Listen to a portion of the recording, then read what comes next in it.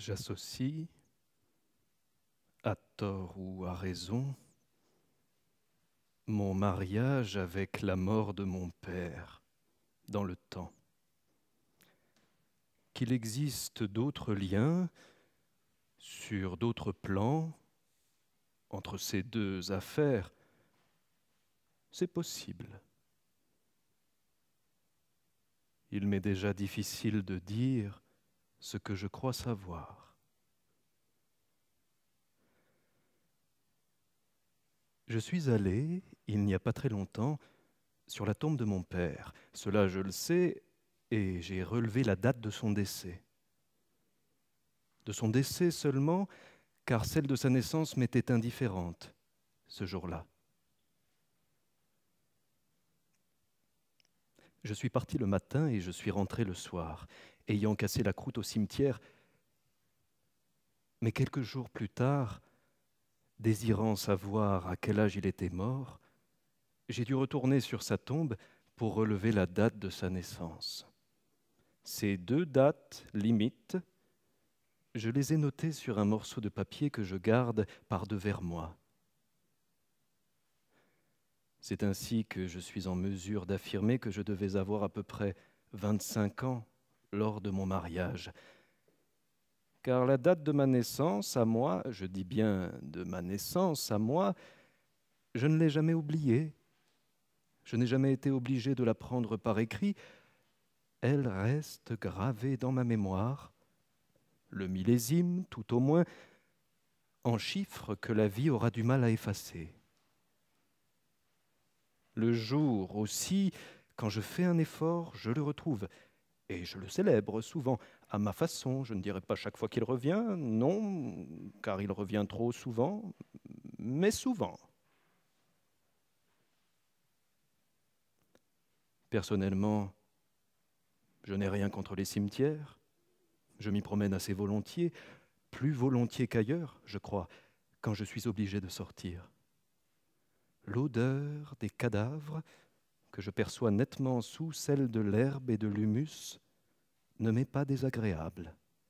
Un peu trop sucrée, peut-être, un peu entêtante, mais combien préférable à celle des vivants. Des aisselles, des pieds, des culs, des prépuces cireux et des ovules désappointés.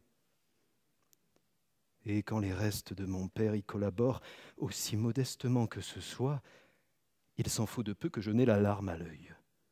Ils ont beau se laver, les vivants, ils puent.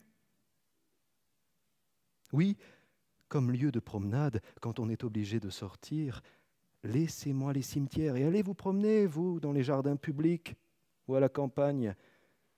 Mon sandwich, ma banane, je les mange avec plus d'appétit assis sur une tombe. Et si l'envie de pisser me prend, et elle me prend souvent, j'ai le choix. Ou j'erre les mains derrière le dos, parmi les pierres, les droites, les plates, les penchées, et je butine les inscriptions. Elles ne m'ont jamais déçu, les inscriptions.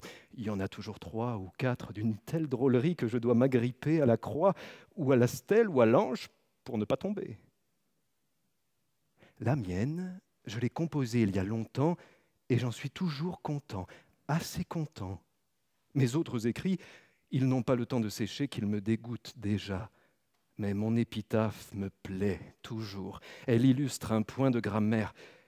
Il y a malheureusement peu de chances qu'elle s'élève jamais au-dessus du crâne qui l'a conçue, à moins que l'État ne s'en charge. Mais pour pouvoir m'exhumer, il faudra d'abord me trouver, et j'ai bien peur que l'État n'ait autant de mal à me trouver mort que vivant.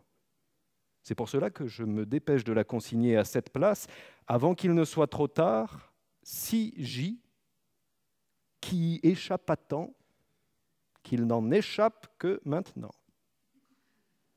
Il y a une syllabe de trop dans le second et dernier vers, mais cela n'a pas d'importance à mon avis. On me pardonnera plus que cela quand je ne serai plus. Puis, avec un peu de chance, on tombe sur un véritable enterrement, avec des vivants en deuil.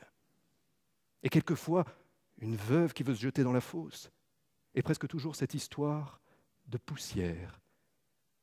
quoique j'ai remarqué qu'il n'y a rien de moins poussiéreux que ces trous-là. C'est presque toujours de la terre, bien grasse, et le défunt non plus n'a encore rien de spécialement pulvérulent, à moins d'être mort carbonisé. C'est joli quand même, cette petite comédie avec la poussière. Mais le cimetière de mon père, je n'y tenais pas spécialement. Il était trop loin, en pleine cambrousse, au flanc d'une colline, et trop petit aussi, beaucoup trop petit. Il était d'ailleurs, pour ainsi dire, plein. Encore quelques veuves et ce serait complet. Je préférais de beaucoup Holzdorf, surtout le côté Line, en terre prussienne, avec ses 400 hectares de cadavres bien tassés, quoique je n'y connusse personne, sinon le dompteur, Hagenbeck, de réputation. Il y a un lion gravé sur son monument, je crois. La mort devait avoir le visage d'un lion pour Hagenbeck. Des autocars vont et viennent bondés de veufs, de veuves et d'orphelins. Des bosquets, des grottes, des pièces d'eau avec des signes débitent la consolation aux affligés. C'était au mois de décembre. Je n'ai jamais eu si froid, la soupe à l'anguille ne passait pas. J'avais peur de mourir, je me suis arrêté pour vomir, je les enviais. Mais pour passer maintenant à un sujet moins triste, à la mort de mon père, je dus quitter la maison. C'était lui qui me voulait à la maison. C'était un homme étrange. Un jour, il dit « Laissez-le, il ne gêne personne ». Il ne savait pas que j'écoutais. Cette pensée, il devait l'exprimer souvent, mais les autres fois, je n'étais pas là. On n'a jamais voulu me montrer son testament, on m'a dit seulement qu'il m'avait laissé tant d'argent. Je croyais alors, et je le crois encore aujourd'hui, qu'il avait demandé dans son testament qu'on me laisse la chambre que j'occupais de son vivant et qu'on m'y apporte à manger, comme par le passé. C'était peut-être même la condition dont il faisait dépendre tout le reste. Car il devait aimer me sentir à la maison. Sinon, il ne se serait pas opposé à ce qu'on me mette dehors.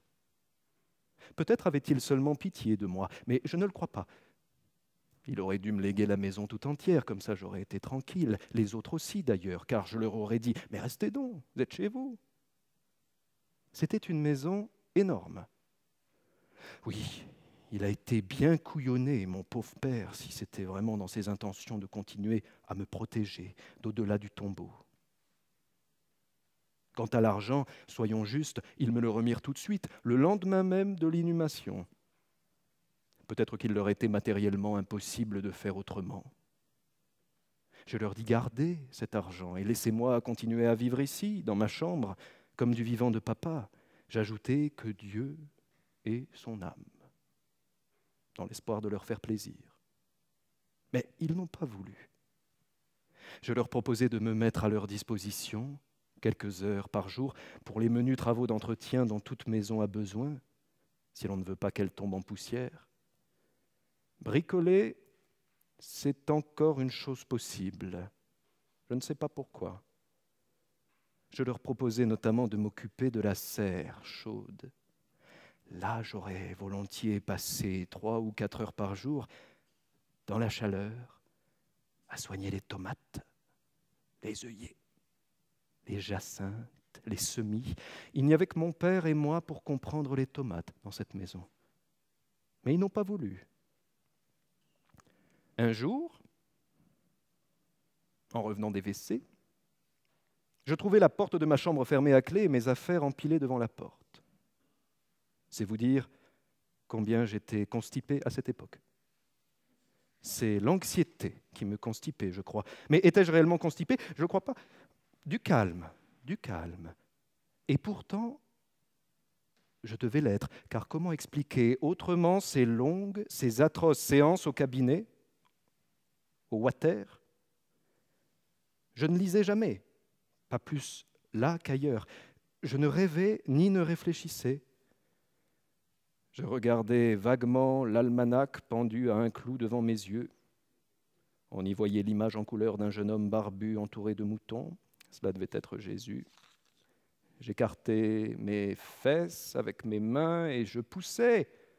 Un, deux, avec des mouvements de rameur. Et je n'avais qu'une hâte, rentrer dans ma chambre et m'allonger. C'était bien de la constipation, n'est-ce pas? Ou est-ce que je confonds avec la diarrhée? Tout s'embrouille dans ma tête. Cimetière et noces et les différentes sortes de sel. Mes affaires étaient peu nombreuses. Il les avait empilées par terre, contre la porte. Je vois encore la petite pile que cela faisait, dans l'espèce de renfoncement plein d'ombre qui séparait le couloir de ma chambre.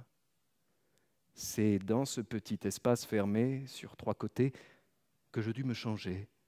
Je veux dire échanger ma robe de chambre et ma chemise de nuit contre mes vêtements de voyage. Je veux dire chaussettes, chaussures, pantalons, chemises, veston, manteau et chapeau. J'espère que j'oublie rien. J'essayai d'autres portes en tournant le bouton et en poussant avant de quitter la maison, mais aucune ne céda. Si j'avais trouvé une chambre ouverte, je crois que je me serais barricadé dedans. Seuls les gaz m'en auraient fait sortir. Je sentais la maison pleine de gens, comme d'habitude, mais je ne voyais personne. Je crois que chacun s'était enfermé chez soi, l'oreille aux aguets. Puis vite, tous aux fenêtres, un peu en retrait, bien cachés par les rideaux. Au bruit de la porte de la rue se refermant derrière moi, j'aurais dû la laisser ouverte. Et c'est les portes qui s'ouvrent et tout le monde qui sort, hommes, femmes, enfants, chacun de sa chambre, et les voix, les soupirs, les sourires, les mains, les clés dans les mains, un grand ouf. Et puis rappel des mots d'ordre. Alors si ceci, alors cela, si cela, alors ceci, alors cela. Une véritable ambiance de fête. Chacun a compris. À table, la chambre peut attendre. Tout cela, c'est de l'imagination, naturellement, puisque je n'y étais plus. Les choses se passèrent tout autrement peut-être, mais quelle importance la manière dont les choses se passent, du moment qu'elles passent. Et toutes ces lèvres qui m'avaient embrassé, ces cœurs qui m'avaient aimé, c'est bien avec le cœur qu'on aime, n'est-ce pas? Ou est-ce que je confonds avec autre chose? Ces mains qui avaient joué avec les miennes et ces esprits qui avaient failli me posséder. Les gens sont vraiment étranges.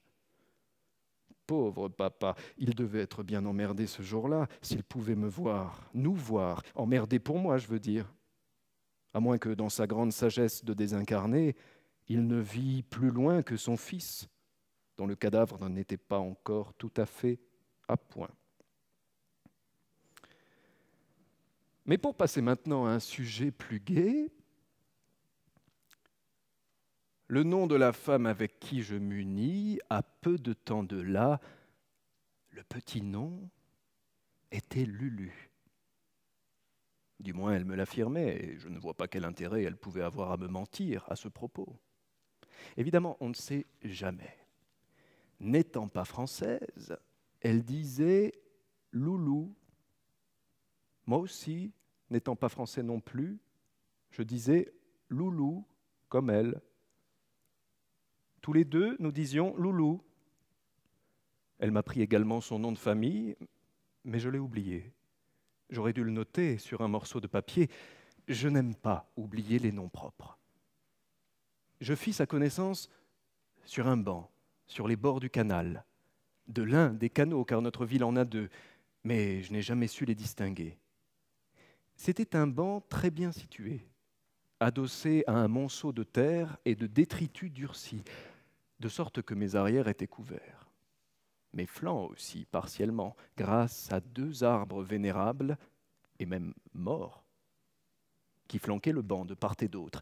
C'est sans doute ces arbres qui avaient suggéré un jour qu'ils ondoyaient de toutes leurs feuilles l'idée d'un banc à quelqu'un. Devant, à quelques mètres, le canal coulait, si les canals coulent, moi j'en sais rien, ce qui faisait que de ce côté-là non plus, je ne risquais pas d'être surpris. Et cependant, elle me surprit. Je m'étais allongé, il faisait doux, Je regardais à travers les branches dénudées, dont les 2 arbres se soutenaient au-dessus de ma tête, et à travers les nuages, qui n'étaient pas continus, aller et venir un coin de ciel étoilé. « Faites-moi une place, dit-elle. Mon premier mouvement fut de m'en aller, mais la fatigue et le fait que je ne savais pas où aller m'empêchèrent de le suivre. Je ramenai donc mes pieds un peu sous moi, et elle s'assit.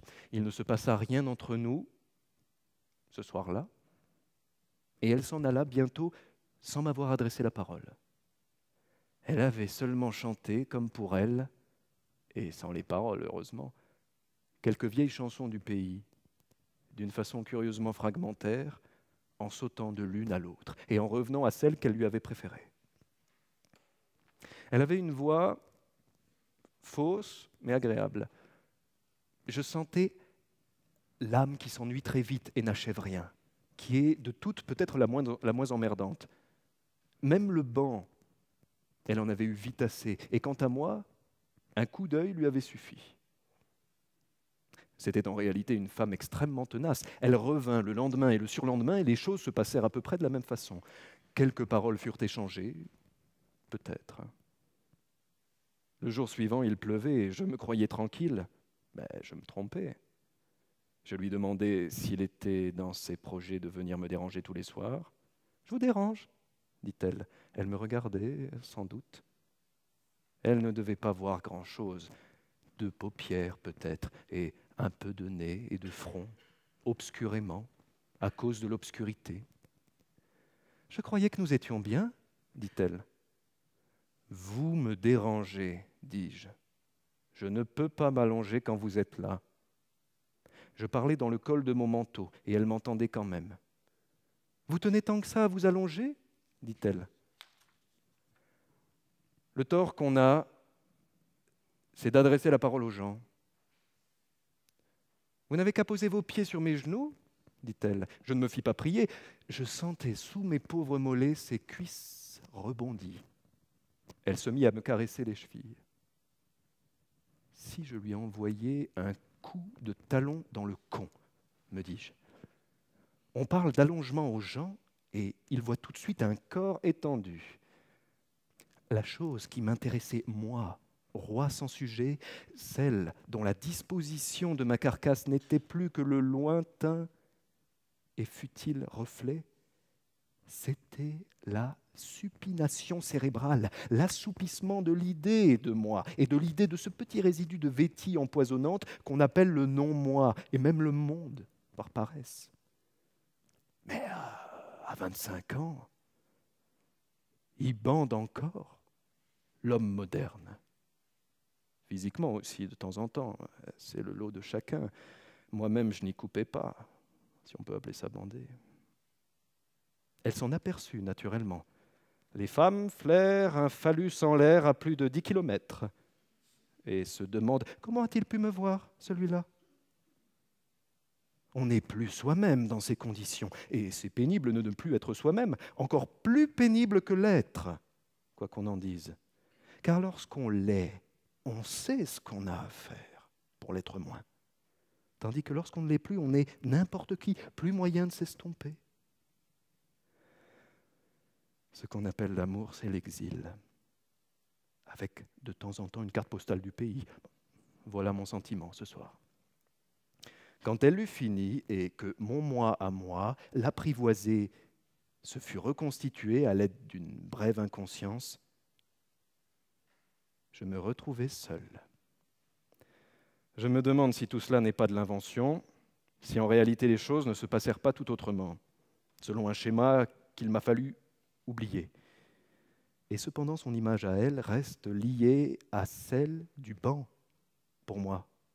Non pas du banc de la nuit, mais du banc du soir. De sorte que parler du banc, tel qu'il m'apparaissait le soir, c'est parler d'elle, pour moi. Cela ne prouve rien, mais je ne veux rien prouver. Pour ce qui est du banc du jour, ce n'est pas la peine d'en parler, je n'y étais pas. Je le quittais de bonne heure et n'y retournais qu'à l'après-midi finissant. Oui, le jour, je me procurais à manger Et je repérais les asiles. Si vous me demandiez, et vous en avez certainement envie, ce que j'avais fait de l'argent que mon père m'avait laissé, je vous dirais que je n'en ai rien fait. Je le gardais dans ma poche, car je savais que je ne serais pas toujours jeune et que l'été ne dure pas éternellement, ni même l'automne. Mon âme bourgeoise me le disait. Finalement, je lui dis que j'en avais assez. Elle me dérangeait profondément, même absente. Elle me dérange toujours d'ailleurs, mais au même titre seulement que le reste. Du reste, cela ne me fait plus rien à présent d'être dérangé. Ou si peu, qu'est-ce que ça veut dire être dérangé? Il faut même que je le sois. J'ai changé de système, je tiens la martingale, c'est la 9e ou 10e. Et puis c'est bientôt fini les dérangements, les arrangements, bientôt on n'en parlera plus, ni d'elle, ni des autres, ni de merde, ni de ciel. Alors vous ne voulez plus que je vienne? Dit-elle. C'est incroyable comme les gens répètent ce qu'on vient de leur dire, comme s'ils risquaient le bûcher en croyant leurs oreilles. Je lui dis de venir de temps en temps. Je connaissais mal les femmes à cette époque. Je les connais toujours mal, d'ailleurs. Les hommes aussi. Les animaux aussi. Ce que je connais le moins mal, ce sont mes douleurs. Je les pense toutes, tous les jours. C'est vite fait, la pensée va si vite. Mais elles ne viennent pas toutes de la pensée. Oui, il y a des heures, l'après-midi surtout, où je me sens syncrétiste, manière Reinhold. Quel équilibre! Ah. D'ailleurs, je les connais mal aussi, mes douleurs. Cela doit venir de ce que je ne suis pas que douleur. Voilà l'astuce. Alors je m'en éloigne jusqu'à l'étonnement, jusqu'à l'admiration d'une autre planète. Rarement, mais cela suffit. Pas bête, la vie. N'être que douleur. Que cela simplifierait les choses. Être tout dolent. Mais ce serait de la concurrence et déloyale. Je vous les dirai quand même un jour, si j'y pense, et que je le puisse, mes étranges douleurs, en détail et en les distinguant bien pour plus de clarté.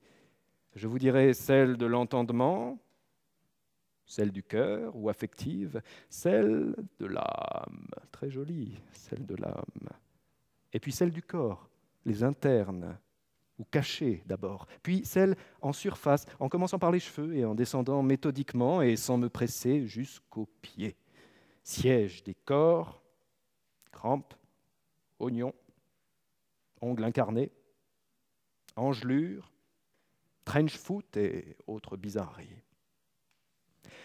Et à ceux qui seront assez aimables pour m'écouter, je dirais par la même occasion, conformément à un système dont j'oublie l'auteur, les instants où, sans être drogué, ni sous, ni en extase, on ne sent rien. Alors, naturellement, elle voulait savoir ce que j'entendais par de temps en temps. Voilà à quoi on s'expose en ouvrant la bouche. Tous les 8 jours, tous les 10 jours, tous les 15 jours, je lui dis de venir moins souvent, de ne plus venir du tout si cela se pouvait. Et si cela ne se pouvait pas, de venir le moins souvent possible. D'ailleurs, le lendemain, j'abandonnais le banc, moins à cause d'elle, je dois dire, qu'à cause du banc, dont la situation ne répondait plus à mes besoins, pourtant modestes, car les premiers froids commençaient à se faire sentir. Et puis, pour d'autres raisons dont il serait oiseux de parler, à des couillons comme vous. Et je me réfugiais dans une étable à vaches abandonnée, repérée au cours de mes courses. Elle était située dans l'angle d'un champ qui exhibait à sa surface plus d'orties que d'herbes et plus de boue que d'orties, mais dont le sous-sol possédait peut-être des propriétés remarquables. C'est dans cette étable, pleine de boue sèche et creuse, qui s'affaissait avec un soupir quand j'y piquais le doigt, que pour la première fois de ma vie, je dirais volontiers la dernière si j'avais eu assez de morphine sous la main, j'eus à me défendre contre un sentiment qui s'arrogeait peu à peu dans mon esprit glacé l'affreux nom d'amour. Ce qui fait le charme de notre pays, à part bien entendu le fait qu'il est peu peuplé, malgré l'impossibilité de s'y procurer le moindre préservatif, c'est que tout y est à l'abandon, sauf les vieilles selles de l'histoire. Celles-là, on les ramasse avec acharnement, on les empaille et on les promène en procession. Partout où le temps a fait un beau colombin dégoûté, vous verrez nos patriotes accroupis, reniflant, le visage enflammé. C'est le paradis des sans-logis. Voilà, enfin, ce qui explique mon bonheur. Tout invite au prosternement. Je ne vois pas de lien entre ces observations. Mais qu'il y en ait un, et même plusieurs, ne fait pas de doute pour moi. Mais lesquels? Oui, je l'aimais. C'est le nom que je donnais, que je donne, hélas, toujours à ce que je faisais à cette époque. Et je n'avais pas de données là-dessus, n'ayant jamais aimé auparavant, mais j'avais entendu parler de la chose, naturellement. À la maison, à l'école, au bordel, à l'église. Et j'avais lu des romans en prose et en vers, sous la direction de mon tuteur, en anglais, en français, en italien, en allemand, où il en était fortement question. J'étais donc quand même en mesure de donner un nom à ce que je faisais, quand je me voyais tout à coup en train d'écrire le mot Lulu sur une vieille bouse de génisse. Ou que couché sous la lune dans la boue, j'essayais d'arracher les orties sans en casser la tige. C'étaient des orties géantes. Il y en avait d'1 mètre de haut. Je les arrachais, cela me soulageait. Et pourtant, ce n'est pas dans ma nature d'arracher les mauvaises herbes. Bien au contraire, je leur en foutrais du fumier plein la lampe si j'en avais. Les fleurs, c'est une autre affaire. L'amour vous rend mauvais. C'est un fait certain. Mais de quel amour s'agissait-il au juste? De l'amour-passion? Je ne le crois pas. Car c'est bien l'amour-passion, le satyriaque, n'est-ce pas? Toutes. Ou est-ce que je confonds avec une autre variété? Il y en a tellement, n'est-ce pas? Toutes plus belles les unes que les autres, n'est-ce pas? L'amour platonique, par exemple. En voilà un autre qui me revient à l'instant. C'est désintéressé.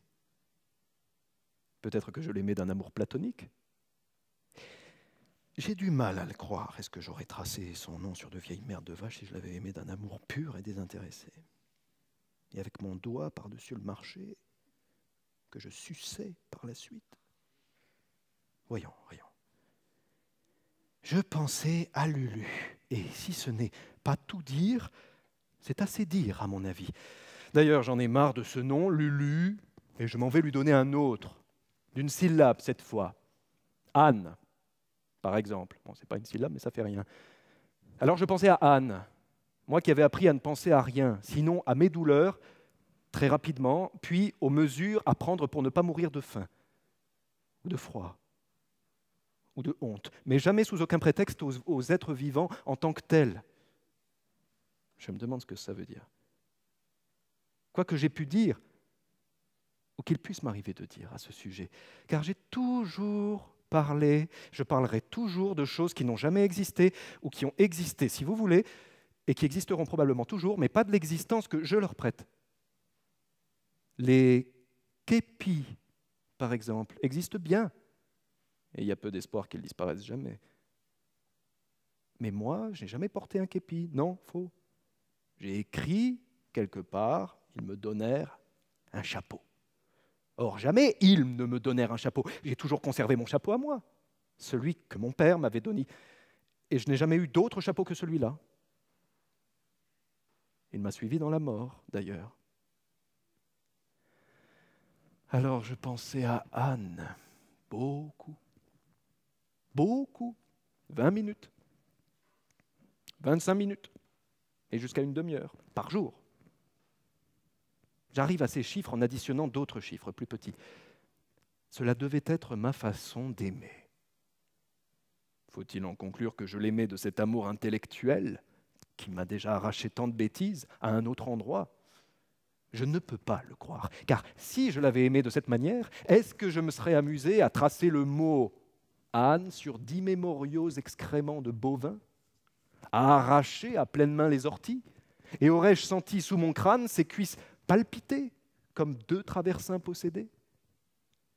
Pour mettre fin, pour essayer de mettre fin à cette situation, je me rendis un soir à l'endroit où se trouvait le banc, à l'heure où autrefois elle venait me rejoindre. Elle n'y était pas, et je l'attendis en vain. C'était déjà le mois de décembre, sinon celui de janvier, et le froid était de saison, c'est-à-dire très bien, très juste, parfait, comme tout ce qui est de saison. Mais rentré à l'étable, je ne tardai pas à échafauder une argumentation qui m'assura une nuit excellente et qui se basait sur le fait que l'heure officielle a autant de façons de s'inscrire dans l'air et dans le ciel, dans le cœur aussi, que l'année a 2 jours. Le lendemain, donc, je gagnai le banc plus tôt, beaucoup plus tôt, tout à fait au début de la nuit proprement dite, mais quand même trop tard, car elle y était déjà sur le banc, sous les branches craquant de gel, devant l'eau glaciale. Je vous ai dit que c'était une femme excessivement tenace. Le tumulus était blanc de givre. Je ne sentais rien. Quel intérêt pouvait-elle avoir à me poursuivre ainsi? Je le lui demandai, sans m'asseoir, en allant et venant et battant la semelle. Le froid avait bosselé le chemin. Elle me répondit qu'elle ne savait pas. Que pouvait-elle voir en moi? Je la priai de me le dire, si elle le pouvait. Elle me répondit qu'elle ne le pouvait pas. Elle semblait chaudement vêtue. Elle tenait ses mains enfouies dans un manchon. Il me souvient qu'en regardant ce manchon, je me mis à pleurer. Et cependant, j'en ai oublié la couleur. Ça allait mal. J'ai toujours pleuré facilement, sans jamais en tirer le moindre bénéfice, jusqu'à récemment. J'aurais à pleurer à l'heure qu'il est que je ne serais pas foutu de sortir la moindre goutte. Je le crois sincèrement. Cela va mal. C'était les choses qui me faisaient pleurer. Et cependant, je n'avais pas de chagrin. Et quand je me surprenais à pleurer, sans cause apparente, c'est que j'avais vu quelque chose, à mon insu. De sorte que je me demande si c'était vraiment le manchon qui me faisait pleurer ce soir-là, et si ce n'était pas plutôt le sentier, dont la dureté et les bosses m'auraient rappelé les pavés ou autre chose encore, une chose quelconque que j'aurais vue à mon insu. Je la voyais, pour ainsi dire, pour la première fois. Elle était toute recroquevillée et emmitouflée, la tête penchée, le manchon avec les mains sur le giron, les jambes serrées l'une contre l'autre, les talons en l'air. C'était sans forme, sans âge, sans vie presque. Cela pouvait être une vieille femme ou une petite fille. Et cette façon de répondre, je ne sais pas, je ne peux pas. Moi seul ne savais ni ne pouvais. C'est pour moi que vous êtes venu, dis-je. Oui, dit-elle. Eh bien, me voilà, dis-je. Et moi, ce n'était pas pour elle que j'étais venu. Me voilà, me dis-je. Je m'assis à côté d'elle, mais me relevai aussitôt d'un bond, comme sous l'effet d'un fer chaud. J'avais envie de m'en aller afin de savoir si c'était fini. Mais pour plus de sûreté, avant de m'en aller, je lui demandai de me chanter une chanson. Je crus d'abord qu'elle allait refuser. Je veux dire simplement ne pas chanter, mais non. Après un moment, elle se mit à chanter et chanta pendant un bon moment, toujours la même chanson, je crois, sans changer de position. Je ne connaissais pas la chanson, je ne l'avais jamais entendue et ne l'entendrai jamais plus. Je me rappelle seulement qu'il y était question de citronnier ou d'oranger, je ne sais plus lesquels, et pour moi c'est un succès d'avoir retenu qu'il était question de citronnier ou d'oranger, car les autres chansons que j'ai entendues dans ma vie, et j'en ai entendu, car il est matériellement impossible, on dirait, de vivre, même comme je vivais moi, sans entendre chanter, à moins d'être sourd, et je n'ai rien retenu du tout, pas un mot, pas une note, ou si peu de mots, et si peu de notes que quoi, non, rien, cette phrase a assez duré.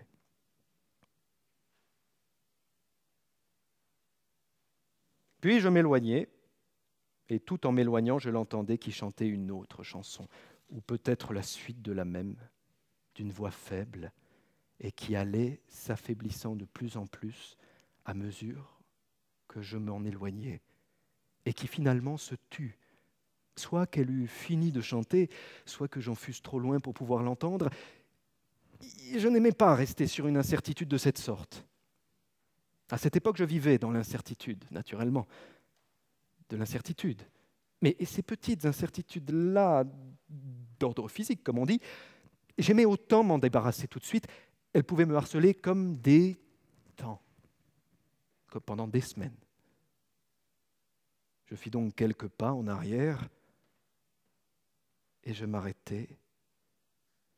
D'abord, je n'entendais rien.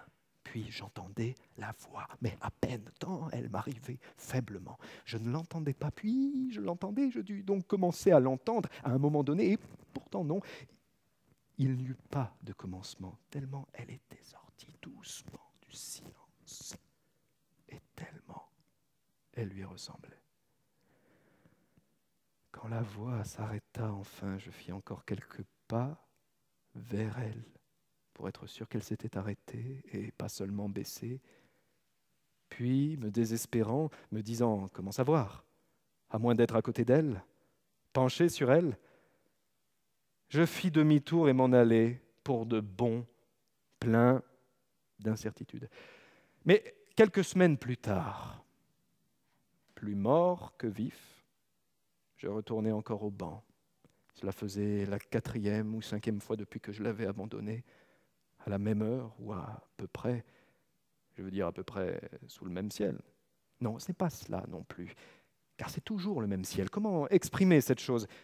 Je ne l'exprimerai pas, voilà. Elle n'y était pas, mais tout d'un coup elle y était. Je ne sais comment, je ne l'avais pas vue venir, ni entendue venir, et cependant j'étais aux aguets. Disons qu'il pleuvait, ça nous changera un peu. Et elle s'abritait sous un parapluie, naturellement. Elle devait avoir une garde-robe formidable. Je lui demandai si elle venait tous les soirs. Non, dit-elle, seulement de temps en temps. Le banc était trop humide pour qu'on osât s'y asseoir. Nous marchions de long en large. Je lui pris le bras, par curiosité, pour voir si ça me ferait plaisir. Ça ne me fit aucun plaisir, alors je le lâchai. Mais pourquoi ces détails ? Pour retarder l'échéance. Je voyais un peu mieux sa figure, une figure comme il y en a des millions. Elle louchait. Mais cela, je ne le sus que plus tard. Elle ne semblait ni jeune, ni vieille. Sa figure, elle était comme suspendue entre la fraîcheur et le flétrissement. Je supportais mal à cette époque ce genre d'ambiguïté. Quant à savoir si elle était belle, sa figure, ou si elle avait été belle, ou si elle avait des chances de devenir belle, j'avoue que j'en étais bien incapable. J'ai vu des figures sur des photos que j'aurais peut-être pu appeler belles, si j'avais eu quelques données sur la beauté. Et la figure de mon père sur son lit de mort m'avait fait entrevoir la possibilité d'une esthétique de l'humain. Mais les figures des vivants, toujours en train de grimacer, avec le sang à fleur de peau, est-ce des objets ? J'admirais, malgré l'obscurité, malgré mon trouble, la façon qu'a l'eau immobile, ou qui coule lentement, de se soulever vers celle qui tombe, comme assoiffée. Elle me demanda si je voulais qu'elle me chante quelque chose. Je répondis que non, que je voulais qu'elle me dise quelque chose. Je croyais qu'elle allait me dire qu'elle n'avait rien à me dire. Ça aurait été bien dans son caractère. Je fus donc agréablement surpris de l'entendre dire qu'elle avait une chambre. Très agréablement surpris. Je m'en doutais d'ailleurs. Qui n'a pas sa chambre? Ah, j'entends la clameur. « J'ai 2 chambres, dit-elle. « Combien de chambres avez-vous, au juste, dis-je. Elle répondit qu'elle avait 2 chambres et une cuisine. Cela augmentait à chaque fois. Elle finirait par se rappeler une salle de bain. « C'est bien 2 chambres que vous dites, dis-je. « Oui, dit-elle. « À côté l'une de l'autre, dis-je. Enfin, un sujet de conversation digne de ce nom. « La cuisine est au milieu, dit-elle. Je lui demandai pourquoi elle ne me l'avait pas dit plus tôt. Il faut croire que j'étais hors de moi à cette époque. Je ne me sentais pas bien à côté d'elle, sauf que je me sentais libre de penser à autre chose qu'à elle. Et c'était déjà énorme. Aux vieilles choses éprouvées, l'une après l'autre, et ainsi, de proche en proche, à rien. Comme par des marches descendant vers une eau profonde. Et je savais qu'en la quittant, je perdrais cette liberté. C'était en effet 2 chambres, séparées par une cuisine. Elle ne m'avait pas menti. Elle me dit que j'aurais dû aller chercher mes affaires. Je lui expliquai que je n'avais pas d'affaires. Nous étions en haut d'une vieille maison, et des fenêtres, on pouvait voir ce qu'il voulait. Elle alluma une lampe à pétrole. « Vous n'avez pas l'électricité ?» dis-je. « Non, dit-elle, mais j'ai l'eau courant et le gaz. »« Tiens, dis-je, vous avez le gaz. » Elle se mit à se déshabiller. Quand elles ne savent plus que faire, elles se déshabillent. Et c'est sans doute ce qu'elles ont de mieux à faire. Elle enleva tout, avec une lenteur à agacer un éléphant, sauf les bas, destinés sans doute à porter au comble mon excitation. C'est alors que je vis qu'elle louchait. Ce n'était heureusement pas la première fois que je voyais une femme nue. Je pus donc rester, je savais qu'elle n'exploserait pas. Je lui dis que j'avais envie de la revoir. « Vous ne vous déshabillez pas ?» dit-elle. « Oh, vous savez, dis-je, moi je ne me déshabille pas souvent. » C'était vrai. Je n'ai jamais été un type à me déshabiller à tout bout de champ. J'enlevais souvent mes chaussures quand je me couchais, je veux dire, quand je me composais à dormir, et puis des vêtements extérieurs selon la température. Elle fut donc obligée, sous peine de se montrer désobligeante, de se couvrir d'une robe de chambre et de m'accompagner, la lampe à la main. Nous passâmes par la cuisine, je ne sais pourquoi. C'était peut-être le chemin le plus direct. Je regardais la chambre avec horreur. Une telle densité de meubles dépasse toute imagination. C'est donc que je l'ai bien vue quelque part, cette chambre-là. Quelle est cette pièce ? M'écriai-je. C'est le salon, dit-elle. Le salon ? Je commençai à sortir les meubles par la porte qui donnait sur le couloir. Elle me regarda faire. Elle était triste. Du moins, je le suppose. Car au fond, j'en sais rien. Elle me demanda ce que je faisais, mais sans attendre à une réponse, je crois. Je les sortis l'un après l'autre, et même 2 à la fois. Je les empilai dans le couloir, contre le mur du fond. Il y en avait des centaines, grands et petits. Ils arrivaient à la fin jusque devant la porte, de sorte qu'on ne pouvait plus sortir de la chambre, ni, à plus forte raison, y entrer par là. On pouvait ouvrir la porte et la refermer, puisqu'elle s'ouvrait vers l'intérieur, mais elle était devenue infranchissable. Un bien grand mot, infranchissable. « Enlevez votre chapeau, au moins, dit-elle. Je vous parlerai de mon chapeau une autre fois, peut-être. » Il ne restait plus dans la chambre, finalement, qu'une sorte de sofa et quelques rayons fixés au mur. Le sofa, je le traînais jusqu'au fond de la pièce, près de la porte, et les rayons, je les enlevai le lendemain et les mis dehors, dans le couloir avec le reste. En les enlevant, étrange souvenir, j'entendis le mot fibrome ou fibrone, je ne sais lequel, je n'ai jamais su, je ne savais pas ce que ça voulait dire, j'ai jamais eu la curiosité de chercher. les choses qu'on se rappelle et qu'on rapporte. Quand tout fut en ordre, je me laissai tomber sur le sofa. Elle n'avait pas levé le petit doigt pour m'aider. « Je vous apporte des draps et des couvertures, dit-elle. Mais les draps, je n'en voulus point. Vous ne voulez pas fermer les rideaux, dis-je. La fenêtre était couverte de givre. Cela ne faisait pas blanc à cause de la nuit, mais cela faisait un peu lumineux quand même. J'avais beau mettre coucher les pieds du côté de la porte, cela me gênait, cette faible et froide clarté. Tout d'un coup, je me levai et changeai la disposition du sofa, c'est-à-dire que le dossier long, que j'avais d'abord mis contre le mur, je le ramenais vers l'extérieur. C'était le côté ouvert, l'embarcadère, qui était maintenant contre le mur. Puis je grimpai dedans comme un chien dans son panier. « Je vous laisse la lampe, dit-elle, mais je la priai de l'emporter. « Et si vous avez besoin de quelque chose dans la nuit, dit-elle. Elle allait commencer à discutailler, je le sentais. « Savez-vous où sont les cabinets ?» dit-elle. Elle avait raison, j'y pensais plus. Se soulager dans son lit,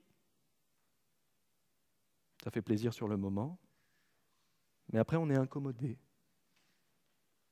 Donner un vase de nuit, dis-je. J'ai beaucoup aimé, enfin assez aimé, pendant assez longtemps, les mots « vase de nuit ». Il me faisait penser à Racine ou à Baudelaire, je ne sais plus lequel, aux deux peut-être.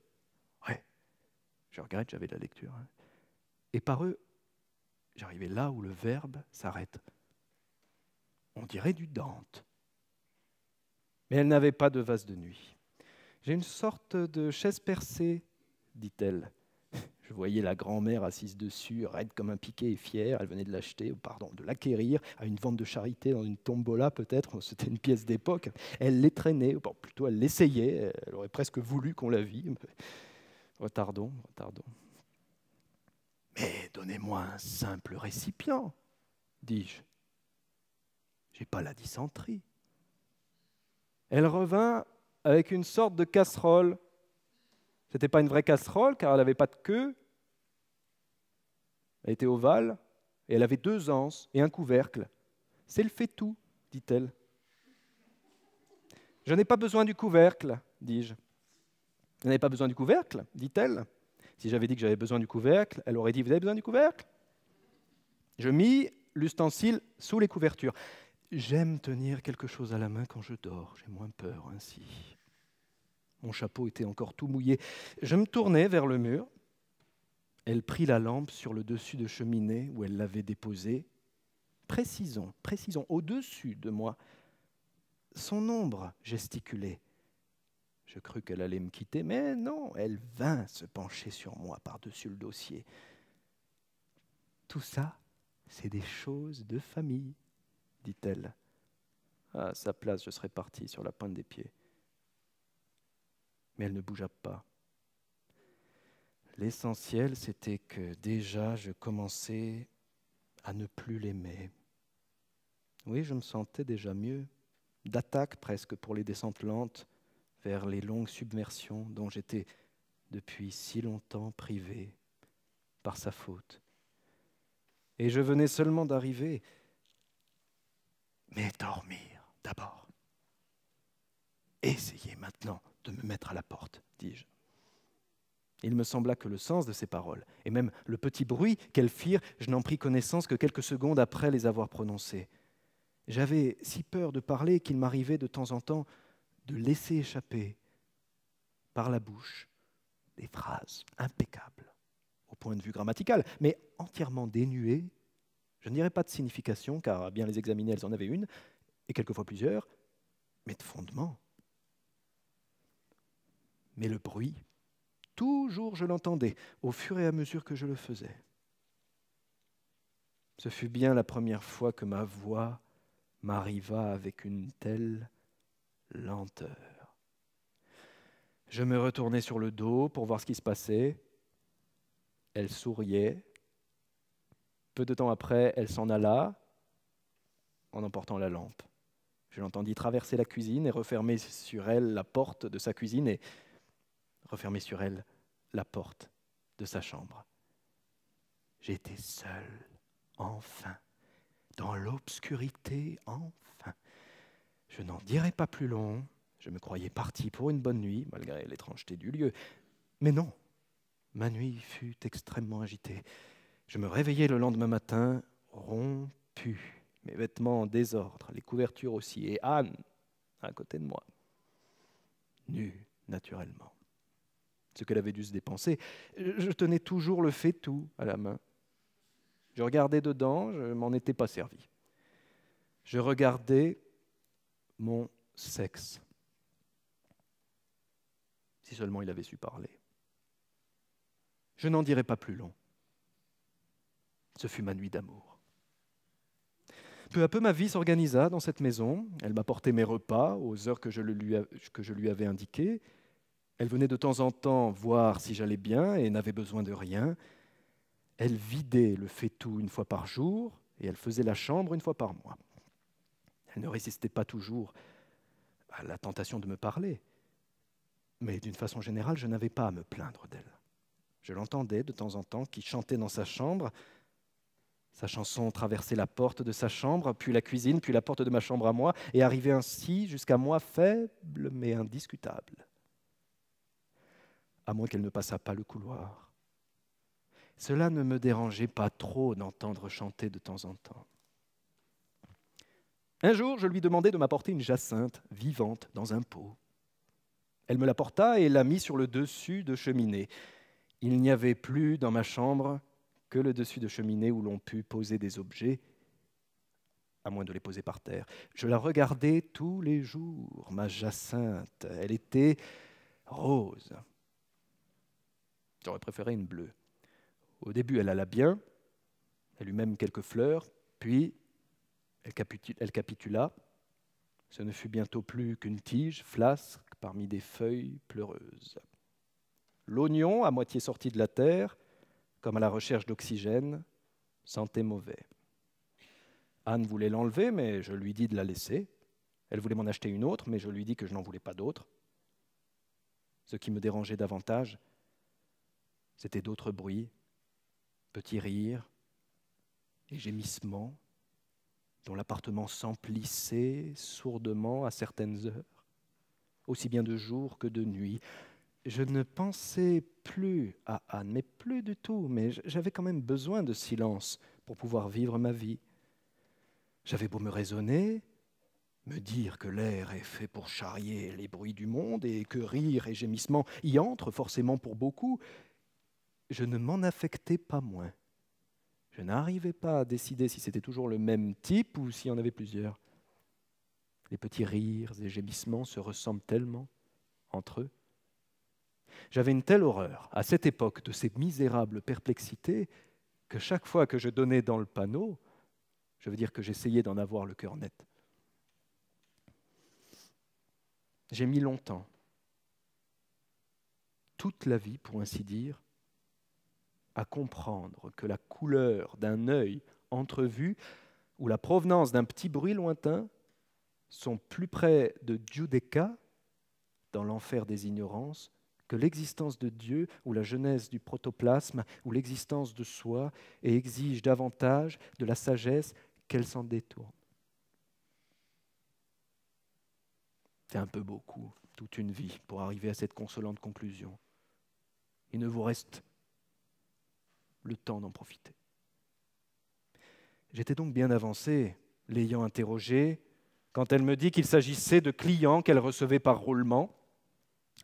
J'aurais naturellement pu me lever et aller regarder par le trou de la serrure, à supposer qu'il ne fût pas obturé. Mais qu'est-ce qu'on peut voir par ces trous-là? Alors vous vivez de la prostitution, dis-je. Nous vivons de la prostitution, répondit-elle. Vous ne pourriez pas leur demander de faire un peu moins de bruit, dis-je, comme si je croyais ce qu'elle venait de me dire. J'ajoutais, ou un autre genre de bruit. Ah, il faut qu'il jappe, dit-elle. Je serai obligé de m'en aller, dis-je. Elle chercha des tentures dans son capharnaüm de famille, et les pendit devant notre porte, la mienne et la sienne. Je lui demandai s'il n'y aurait pas moyen, de temps en temps, de manger un panais. « Un panais !» s'écria-t-elle, comme si j'avais exprimé le désir de goûter du bébé juif. Je lui fis remarquer que la saison des panais tirait vers sa fin et que si, d'ici là, elle pouvait me faire manger rien que des panais, je lui en serais reconnaissant. « Que des panais !» s'écria-t-elle. « Les panais ont un goût de violette pour moi. J'aime les panais parce qu'ils ont un goût de violette et les violettes parce qu'elles ont le parfum de panais. S'il n'y avait pas de panais sur terre, je n'aimerais pas les violettes. Et si les violettes n'existaient pas, les panais me seraient aussi indifférents que les navets ou les radis. Et même dans l'état actuel de leur flore, je veux dire dans ce monde où panais et violettes trouvent le moyen de coexister, je m'en passerai facilement, très facilement, et des uns et des autres. Un jour, elle eut le culot de m'annoncer qu'elle était enceinte. Et cela de 4 ou 5 mois de mes œuvres. Elle se mit de profil et m'invita à regarder son ventre. Elle se déshabilla même, sans doute pour me prouver qu'elle ne cachait pas un coussin sous sa jupe, et puis évidemment pour le pur plaisir de se déshabiller. C'est peut-être un simple ballonnement, dis-je, pour la réconforter. Elle me regardait de ses grands yeux, dont j'oublie la couleur, de son grand œil plutôt, car l'autre était braqué apparemment sur les restes de la jacinthe. Plus elle était nue, plus elle était strabique. « Regardez !» dit-elle, se courbant sur ses seins. « L'aréole fonce déjà. » Je rassemblai mes dernières forces et lui dis « Avortez, avortez, comme ça elle ne foncera plus. » Elle avait ouvert les rideaux pour ne rien laisser perdre de ses diverses rondeurs. Je vis la montagne, impassible, caverneuse, secrète, où du matin au soir je n'entendrai que le vent, les courlis et les petits coups lointains et argentins des marteaux des tailleurs de granit. Je sortirai le jour dans la chaude bruyère, dans le genêt parfumé et sauvage, et la nuit je verrai les distantes lumières de la ville, si je voulais, et les autres lumières, celles des phares et des bateaux phares que mon père m'avait nommés quand j'étais petit, et dont je retrouverais les noms dans ma mémoire, si je voulais. Je le savais. À partir de ce jour-là, les choses allèrent mal dans cette maison, pour moi, de plus en plus mal. Non pas qu'elle me négligeât, elle n'aurait jamais pu assez me négliger, mais dans le sens qu'elle venait tout le temps m'assassiner avec notre enfant, me montrant son ventre et ses seins et me disant qu'il allait naître d'un moment à l'autre. Elle le sentait qui bondissait déjà. Ah, s'il bondit, dis-je, il n'est pas de moi. Je n'avais pas été trop mal dans cette maison, c'est certain. Ce n'était pas l'idéal, évidemment, mais je n'en sous-estimais pas les avantages. J'hésitais à partir, les feuilles tombaient déjà. J'avais peur de l'hiver. Il ne faut pas avoir peur de l'hiver. Lui aussi a ses bontés. Sa neige tient chaud et assourdit le tumulte. Et ces blêmes journées sont vite finies. Mais je ne savais pas encore à cette époque combien la terre peut être gentille pour ceux qui n'ont qu'elle, et combien on peut y trouver vivant de sépulture. Ce qui m'acheva, ce fut la naissance. J'en fus réveillé. Qu'est-ce qui devait prendre l'enfant ? Je crois qu'elle avait une femme avec elle. Il me semblait entendre de temps en temps des pas dans la cuisine. Cela me faisait mal au cœur de quitter une maison sans qu'on me mît dehors. Je me coulai par-dessus le dossier du sofa. Je mis mon veston, mon manteau et mon chapeau. Je n'oubliais rien. Je serrai mes lacets et j'ouvris la porte qui donnait sur le couloir. Un monceau de bric-à-brac me barrait le passage. Mais je passais quand même, par escalade, par effraction, avec fracas.